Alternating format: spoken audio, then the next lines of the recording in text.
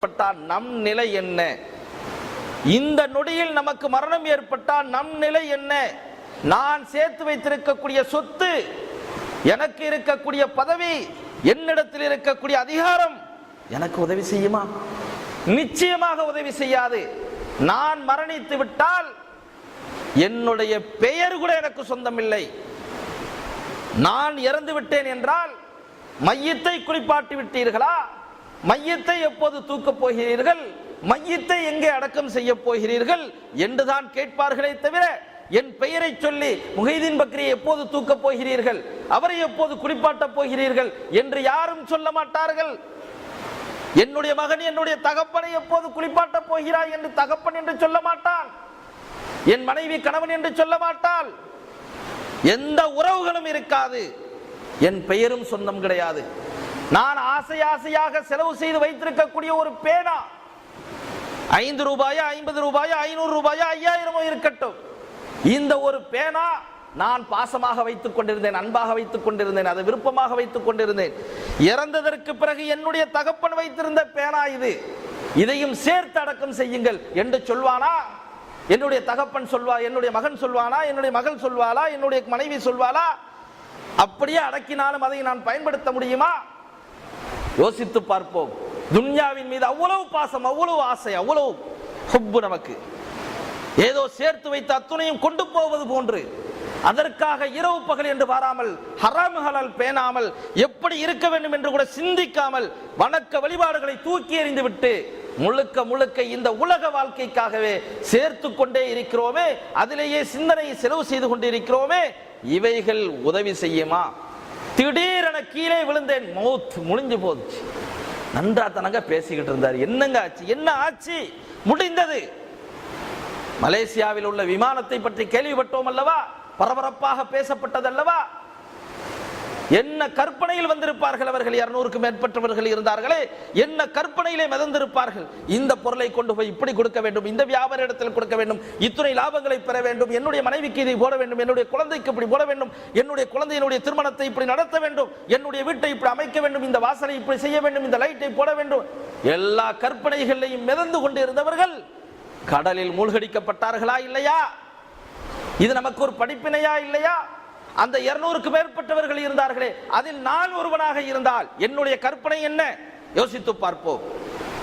அந்த 200 பேர் 300 பேர் இறந்தார்களே, அதில் நான் ஒருவனாக, நாம் ஒருவராக, நம்மில் ஒருவர் அதில் இருப்பாரேயானால் ஒவ்வொருவர்களும் சிந்திப்போம், நான் இருந்தால் என்னுடைய கற்பனை என்ன, என்னுடைய சொத்துக்கள் என்ன, நான் வைத்திருக்கக்கூடிய வீடு என்ன, நான் வைத்திருக்கக்கூடிய நகை என்ன, நான் வைத்திருக்கக்கூடிய பொருட்கள் என்ன, எது எனக்கு பலனளிக்கும்? கடலோடு கடலாக நான் இறந்து விட்டேனே, என்ன பலனை நான் கண்டேன்? அருமையானவர்களே, ஒவ்வொன்றும் நமக்கு படிப்பினை. இந்த உலகம் அழியக்கூடியது, அழியக்கூடியது, உறுதியானது. நிலைத்திருக்கக்கூடிய மறுமையை நாம் நம்பி இருந்தால், உண்மையில் நம்பி இருந்தால், அதற்காக என்ன டெபாசிட் செய்வது? அதை நாம் முயற்சி மேற்கொள்வோம். அல்லாஹு தாலா நாளை மறுமையிலே நல்லதோர் நிலையை நம்மில் எல்லோருக்கும் தந்தருள்வானாக.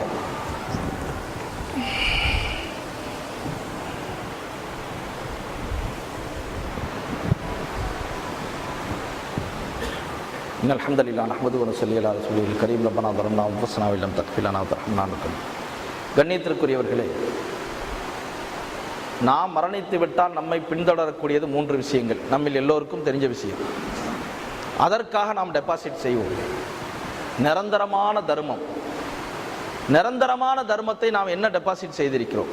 ஒரு பள்ளிவாயில் கட்டுவதற்காக, ஒரு மதரசா கட்டுவதற்காக, பொதுமக்கள் போவதற்காக ஒரு நடைபாதையை அவர்களுக்காக விளக்கு வைப்பது, நடந்து செல்வதற்குண்டானது, ஒரு தண்ணீர் கிடைப்பதற்காக கிணறு வெட்டி கொடுப்பது, இப்படி ஏதாவது பொதுவான ஒரு விஷயங்களில் நம்முடைய பணங்களை நாம் செலவு செய்திருக்கிறோமா? பாதையை அடைப்பதற்குள்ள வழிகளை செய்வோம், இருக்கக்கூடிய லைட்டை ஆஃப் பண்ணுவோம், தண்ணீர் கிடைக்காத அளவுக்கு தடை செய்வோம். இது போன்ற வேலைகளைத்தான் நாம் செய்வோமே தவிர, நம்மில் எத்தனை பேர் நிரந்தர நன்மை கிடைப்பதற்காக நாம் உதவி செய்திருக்கிறோம்? அதற்காக நம்முடைய பொருளாதாரத்தை செலவு செய்திருக்கிறோம். மதரசாக்களுக்காக, பள்ளிவாயிலுக்காக எதை நாம் செய்திருக்கிறோம்? பயனுள்ள கல்வி, பிரயோஜனமான கல்விகளை கற்று அதை யார் கற்றுக் கொடுக்கிறார்களோ அவர்களுக்கு ராயல்டி போன்று கிடைத்துக் கொண்டே இருக்கும். நாம் கற்ற கல்வியை பெற்றிருக்கக்கூடிய இந்த செய்தியை மக்களுக்கு மத்தியிலே நாம் கொடுத்திருக்கிறோமா? அதை நாம் மக்களுக்கு மத்தியிலே போய் சொல்லி இருக்கிறோமா? என்ன பிரச்சாரம் செய்திருக்கிறோம்? நமதூரில் நடக்கக்கூடிய மிக மோசமான இந்த கந்தூரியை தடுப்பதற்காக, இந்த ஷிருக்கை ஒழிப்பதற்காக நான் என்ன செய்தேன்? ஒவ்வொருவர்களும் எண்ணி பார்ப்போம். 3 விஷயங்கள் இருக்கிறது அல்லவா? கையால் தடுக்க வேண்டும், நாவால் தடுக்க வேண்டும், மனதால் ஒதுங்க வேண்டும் என்று. இந்த 3இல் எதை நான் செய்திருக்கிறேன்?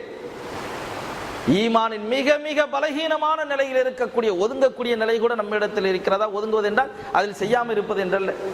அதை தடுப்பதற்குள்ள வழிகளில் நாம் எவ்வளவு விஷயங்கள் ஈடுபட்டு இருக்கிறோம், எவ்வளவு சக்திகளை அல்லாஹ் தந்திருக்கிறான், பொருளாதார சக்தியை தந்திருக்கிறான், உடல் வலிமையை தந்திருக்கிறான். அதை தடுப்பதற்கு என்ன முயற்சி மேற்கொண்டோம்? 3வதாக பெற்றெடுத்த குழந்தை கேட்கக்கூடிய பிரார்த்தனை.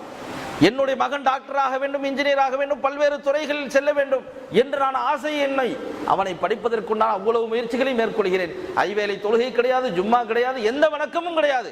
ஆனால் டாக்டர் இன்ஜினியராக வேண்டும்.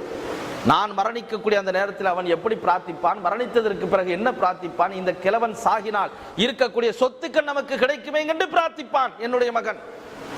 அப்படி பொருளாதாரத்தின் மீது ஆசையை ஊட்டி ஊட்டி வளர்த்திருக்கிறோம். நான் வயோதிக நிலையில் இருக்கும்போது எனக்கு பணிவிடை செய்யக்கூடியவனாக, நான் மரணித்ததற்கு பிறகு எனக்காக பிரார்த்தனை செய்யக்கூடிய ஒரு குழந்தையை நான் பெற்றெடுக்க வேண்டும், அப்படி வளர்த்திருக்க வேண்டும், வார்த்தெடுக்க வேண்டும். இந்த 3ம் தான் நிரந்தரமாக நமக்கு உதவி செய்யக்கூடியது. நாம் மரணித்ததற்கு பிறகும் செய்யக்கூடிய ஒரு உதவி, மரணித்ததற்கு பிறகும் நமக்கு வரக்கூடிய நன்மை.